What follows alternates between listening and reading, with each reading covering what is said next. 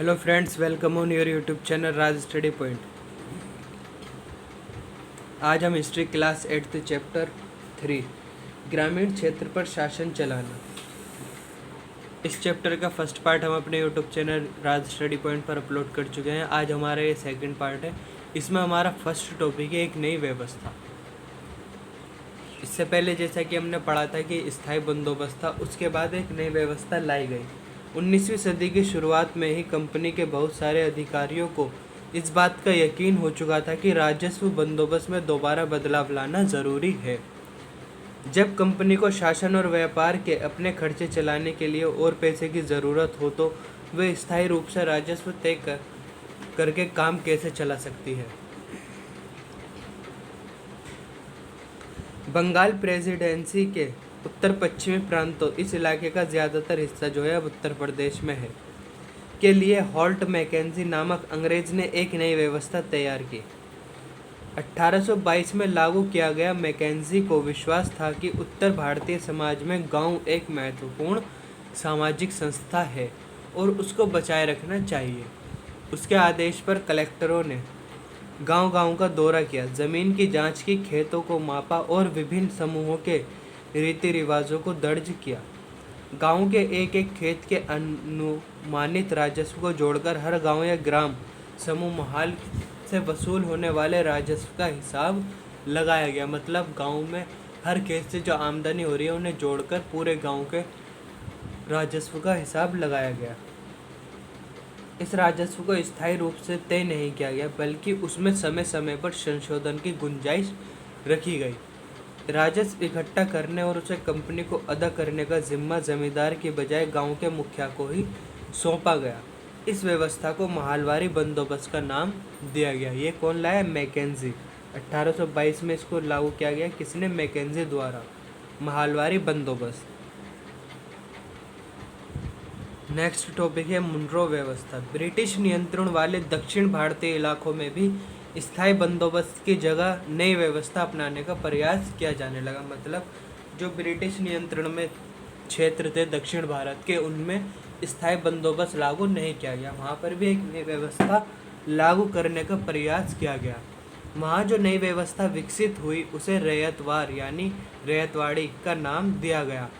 Captain Alexander read ने टीपू सुल्तान के साथ चले युद्धों के बाद कंपनियों द्वारा कब्जे में लिए गए कुछ इलाकों में इस व्यवस्था को आजमा कर भी देख लिया। टॉमस मुनरो ने इस व्यवस्था को विकसित किया और धीरे धीरे पूरे दक्षिण भारत पर यही व्यवस्था लागू कर दी गई। टॉमस मुनरो कौन थे? दक्षिण भारत के गवर्नर थे टॉमस मुनरो। इन्होंने ये व्यवस्था को विकसित किया और पूरे दक्षिण भारत में इसी व्यवस्था को लागू भी किया गया। रीड और मुनरो को लगता था कि दक्षिण में परंपरागत जमींदार नहीं थे, इसलिए उनका तर्क यह था कि उन्हें सीधे किसानों से ही बंदोबस्त करना चाहिए जो पीढ़ियों से ज़मीन पर खेती करते आ रहे हैं। राजस्व आकलन से पहले उनके खेतों को सावधानी पूर्वक और अलग से सर्वेक्षण किया जाना चाहिए। मुनरो का मानना था कि अंग्रेज़ों को पिता की भांति किसानों की रक्षा भी करनी चाहिए। इसमें हमारा नेक्स्ट टॉपिक है नील विद्रोह और उसके बाद। मार्च 1859 में बंगाल के हजारों रैयतों ने नील की खेती से इनकार कर दिया। जैसे जैसे विद्रोह फैला, रैयतों ने बागान मालिकों को लगान चुकाने से भी इनकार कर दिया। 1859 में क्या हुआ? बंगाल के जो हजारों किसान थे उन्होंने क्या करा? नील की खेती से इनकार कर दिया। और जैसे जैसे ये विद्रोह फैला तो रैयत कौन है? रैयत जो है किसान को कहा जाता था, और रैयतों ने बागान के जो मालिक थे उन्हें लगान चुकाने से भी इनकार कर दिया। वे तलवार, भाले और तीर कमान लेकर नील की फैक्ट्रियों पर हमला करने लगे। औरतें अपने बर्तन लेकर लड़ाई में कूद पड़ी। बागान मालिकों के लिए काम करने वालों को सामाजिक बहिष्कार कर दिया गया। बागान मालिकों की तरफ से लगान वसूली के लिए आने वाले गुमास्ता एजेंटों की पिटाई की गई। जो बागान मालिक थे उनकी साइड से जो लगान वसूल करने आते थे गुमास्ता, उनकी अब पिटाई की जाने लगी। रैयतों ने कसम खा ली थी कि ना तो वे नील की खेती के लिए कर्जा लेंगे और ना ही बागान मालिकों के जो लठियारे थे उनसे डरेंगे। लठियारे कौन थे? जो उनके डंडेबाज पक्षधर होते थे। नील के किसान चुप बैठने को तैयार नहीं थे। क्यों उन्हें बगावत की ताकत कहाँ से मिली? इसमें कोई शक नहीं कि नील की खेती अत्यंत दमनात्मक थी, लेकिन जो लोग दबे होते हैं वे हमेशा बगावत नहीं करते। ऐसा कभी कभी ही होता है। 1859 में नील रैयतों को लगा कि बागान मालिकों के खिलाफ बगावत में उन्हें स्थानीय जमींदारों और मुखियाओं का भी समर्थन मिल सकता है।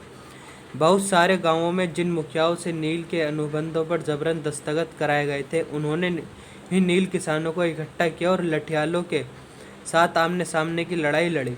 कई स्थानों पर रैयतों को बगावत के लिए उकसाते हुए खुद जमींदार गांव-गांव भी घूमने लगे थे। मतलब किसानों को बगावत के लिए उकसाने के लिए जमींदारों ने भी गांव-गांव घूमना शुरू किया।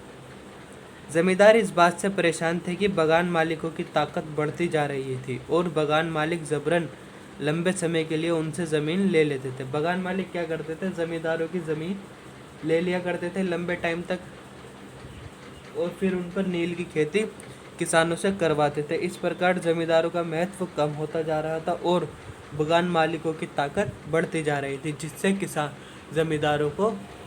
ज़मींदार अत्यंत गुस्से में थे। नील के किसानों को यह भी लग रहा था कि अंग्रेज़ी सरकार भी संघर्ष में उनका साथ देगी।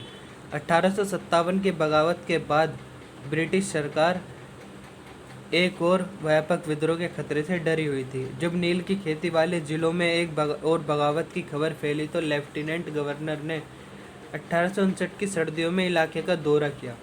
रैयतों को लगा कि सरकार उनकी दुर्दशा से परेशान है। बरसात में मजिस्ट्रेट एस्ले इर्डन ने एक नोटिस जारी किया जिसमें कहा गया कि रैयतों को नील के अनुबंध मानने के लिए मजबूर नहीं किया जा सकता। इस बगावत के बाद बागानों में नील का उत्पादन धराशायी हो गया। इसके बाद बागान मालिक बिहार पर ध्यान देने लगे। 19वीं सदी के आखिर में कृत्रिम रंगों का निर्माण होने लगा था। इससे उनका व्यवसाय भी बुरी तरह प्रभावित हुआ। फिर भी वे उत्पादन फैलाने में सफल रहे। जब महात्मा गांधी दक्षिण अफ्रीका से लौटे तो बिहार के एक किसान ने उन्हें चंपारण आकर नील किसानों की दुर्दशा देखने को न्योता दिया।